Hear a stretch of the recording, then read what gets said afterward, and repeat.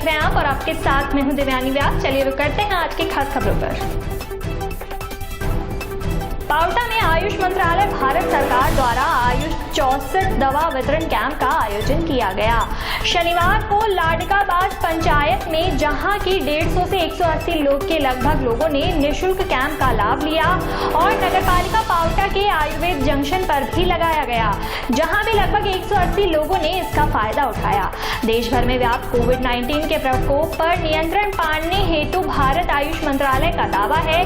वैद्य पवन motor ने बताया कि आयुष 64 दवा कोरोना पॉजिटिव और हल्के लक्षण दिखने पर इनसे मुक्त करती है और इम्यूनिटी क्षमता बढ़ाती है। पावटा सरपंच प्रतिनिधि निर्मल पंसारी ने बताया कि आयुष 64 दवा के साथ साथ लोगों को शरीर में खान पान पर भी ध्यान रखना चाहिए। इस निःशुल्क कैंप में पावटा की युवा टीम जो कि लॉकडाउन में भी सेवा दे रही है, जो कि इस कैंप में सहयोग के साथ सेवा दी है। टीम के सदस्य रिकी शर्मा, सामाजिक कार्यकर्ता मुरलीधर खोवाल, अभिषेक कुमावत, दीपक जांगीर, पृथ्वीराज यादव, विष्णु शर्मा, सतीश खोवाल, वैद्य रामनिवास, कालूराम मोटर, मोहित शेखावत इस कैंप में मौजूद रहे।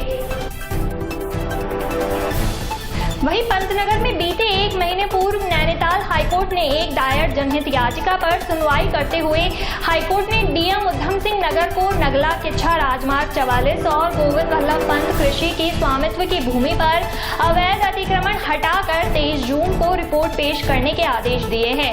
हाईकोर्ट के आदेश के डीएम उधम सिंह नगर ने 18 मई पंतनगर विश्वविद्यालय, पीडब्ल्यूडी, वन विभाग, रेलवे, राष्ट्रीय राजमार्ग प्राधिकरण को पत्र लिखकर कार्रवाई के निर्देश दिए। निर्देश मिलने के बाद 8 जून को एक समिति गठित की गई और अवैध कब्जों का चिन्हीकरण कराया, जिसके पीडब्ल्यूडी ने नोटिस जारी कर नगला में 492 लोगों द्वारा उनकी भूमि पर अतिक्रमण चिन्हित कर उन्हें 15 दिन में भूमि खाली करने के आदेश दिए हैं, जिसमें यहां साथ ही नगर विश्वविद्यालय में 62 लोगों को चिन्हित कर उन्हें नोटिस दिए गए हैं कि उनकी भूमि से अतिक्रमण तुरंत हटाया जाए। आज इसी क्रम में वन विभाग, पीडब्ल्यूडी, सिंचाई विभाग, राष्ट्रीय राजमार्ग प्राधिकरण के लोग अतिक्रमण के प्रति तेजी लाते हुए नपाई चालू की है, जिसको लेकर लोगों में हड़कंप मच गया है। वहीं सूचना पाकर पहुंचे क्षेत्रीय विधायक राजेश शुक्ला ने लोगों की समस्या को सुना और उन्हें आश्वासन दिया कि सरकार हर तरह से नगला वासियों के साथ है और उन्होंने कहा कि सरकार के पास 2 रास्ते हैं, एक न्यायालय का सम्मान रखना और दूसरा लोगों को बचाना भी है।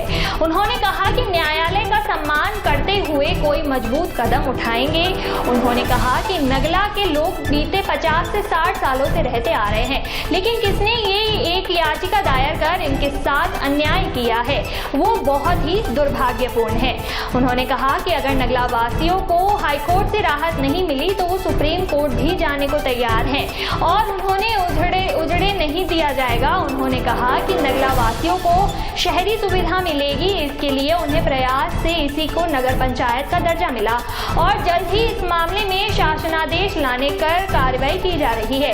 उन्होंने कहा कि जल्द नगला वासियों के लिए एक बहुत बड़ी खुशखबरी मिलेगी। हमें सबसे प्रथम दृष्टया तो मैं न्यायालय के आदेश का अनुपालन करूँ, लेकिन मैं न्यायालय का आभारी हूँ कि न्यायालय ने बिना इस पक्ष को सुने भी कम से कम उसमें एक बात रखी कि विधिक प्रक्रिया अपनाते हुए, तो विधिक प्रक्रिया यही है, कानूनी प्रक्रिया यही है कि जो प्रभावित हो रहा है हम उसकी बात भी सुने। हम सरकार का पक्ष है कि सरकार न्यायालय के आदेश का पालन कराएगी, लेकिन कराने से पहले वह उनकी बात भी सुनेगी जो इससे प्रभावित हो रहे हैं और उसके बाद सरकार उसका बीच का रास्ता निकालेगी जो विधि सम्मत भी हो और आम जनता के भी। अगर का कहने का है कि मतलब कि जो सरकार अब हाथ पर मारी पहले करती तो कहीं ना कहीं इनको मिलती को नहीं होती। पहले विषय आया है कब? सरकार कहने का मतलब कि जो पहले क्या विषय है बताइए। 50 वर्षों से लोग निवास कर रहे हैं, मालिकाना हक को लेकर के अगर प्रयास किए जाते हैं स्टार्टिंग में 50 वर्षों का हिसाब मैं तो नहीं दे पाऊंगा। मैं तो जितने वर्षों से हूँ उतने वर्षों से इसको नगर पंचायत बनाने में लगा हुआ हूँ। मैंने पिछली सरकार से भी कहा था जब मैं पहली बार एमएलए बना, उन्होंने कहा और नहीं किया। जब मेरी सरकार आई तो मैंने उनसे कहा कहलवाया भी, उसमें कार्रवाई भी हुई है, उसमें कैबिनेट से फैसला भी हो गया है। इसी बीच वो मुख्यमंत्री जी बदलने का कार्यक्रम आ गया था और तब कोरोना आ गया, लेकिन कैबिनेट से पास है ऑलरेडी इसको नगर पंचायत देने का दर्जा देने का काम। और वो बहुत जल्दी इसका जीओ हम लेकर आ रहे हैं कि नगर पंचायत बनेगा नगला और पंतनगर मिला करके।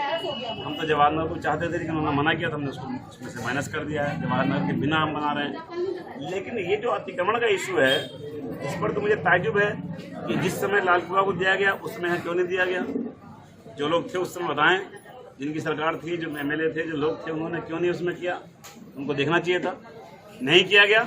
लेकिन जब से मेरी जिम्मेदारी आई, जब से मेरे क्षेत्र में आया है, तब से मैं निरंतर इस बात के लिए प्रयासरत हूँ कि जो नगला की आबादी है इसको उसकी ज़मीन का मालिकाना हक भी मिले और इनको नगरीय सुविधाएं भी मिले ताकि अपने विकास को आगे बढ़ा सकें। हाई कोर्ट से अगर कुछ राहत नहीं मिलती, क्या सुप्रीम कोर्ट जाने के भी विचार कर सकती है सरकार?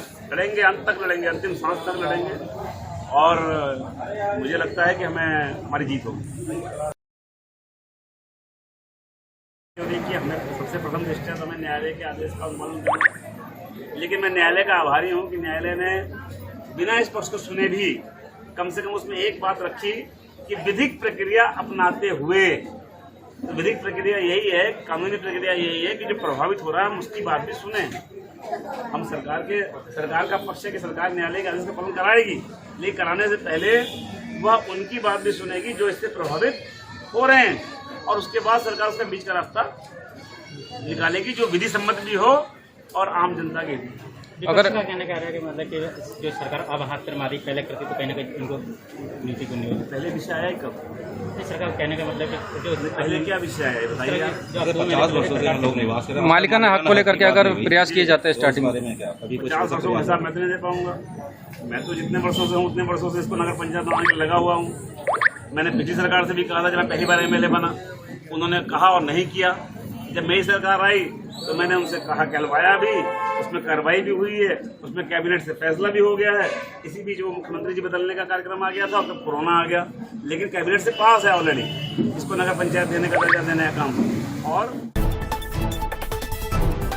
मंडी स्थित बैडमिंटन हॉल को मंडी परिषद द्वारा किराए पर दिए जाने का विरोध करते हुए किच्छा बैडमिंटन क्लब के सदस्यों ने विधायक राजेश शुक्ला को ज्ञापन सौंपा है।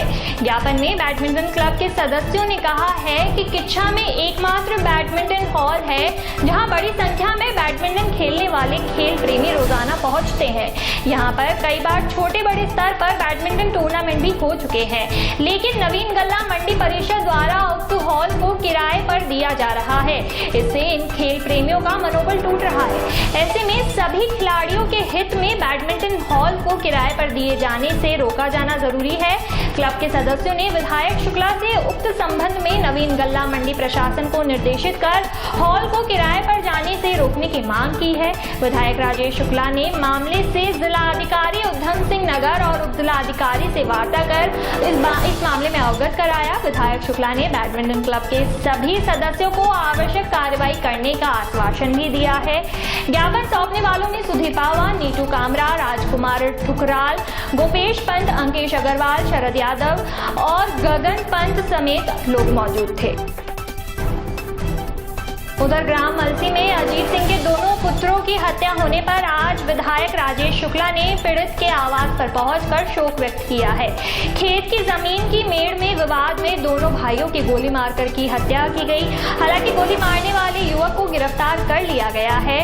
कल देहरादून में मुख्यमंत्री से मुलाकात कर परिवार को अधिकतम आर्थिक मदद देने का भी निवेदन किया गया है। मुख्यमंत्री विवेकाधीन कोष से आर्थिक मदद देने की सहमति प्रदान की है। जिला पंतनगर वासियों को उजड़ने से बचाने की लड़ाई में उनका साथ कंधे से कंधा मिलाकर खड़े हैं। पूर्व स्वास्थ्य मंत्री तिलकराज बेहड़ आज सभी नगला वासियों के साथ धरना प्रदर्शन भी किया। राज्य सरकार द्वारा नागला वासियों के जो साथ अन्याय किया जा रहा है उसको किसी भी सूरत में बर्दाश्त नहीं किया जाएगा, ऐसा उन्होंने आश्वासन दिया है। तो दोस्तों, आज के इस बुलेटिन में इतना ही। और भी खबरों के लिए जुड़े रहिए जनता समाचार के साथ।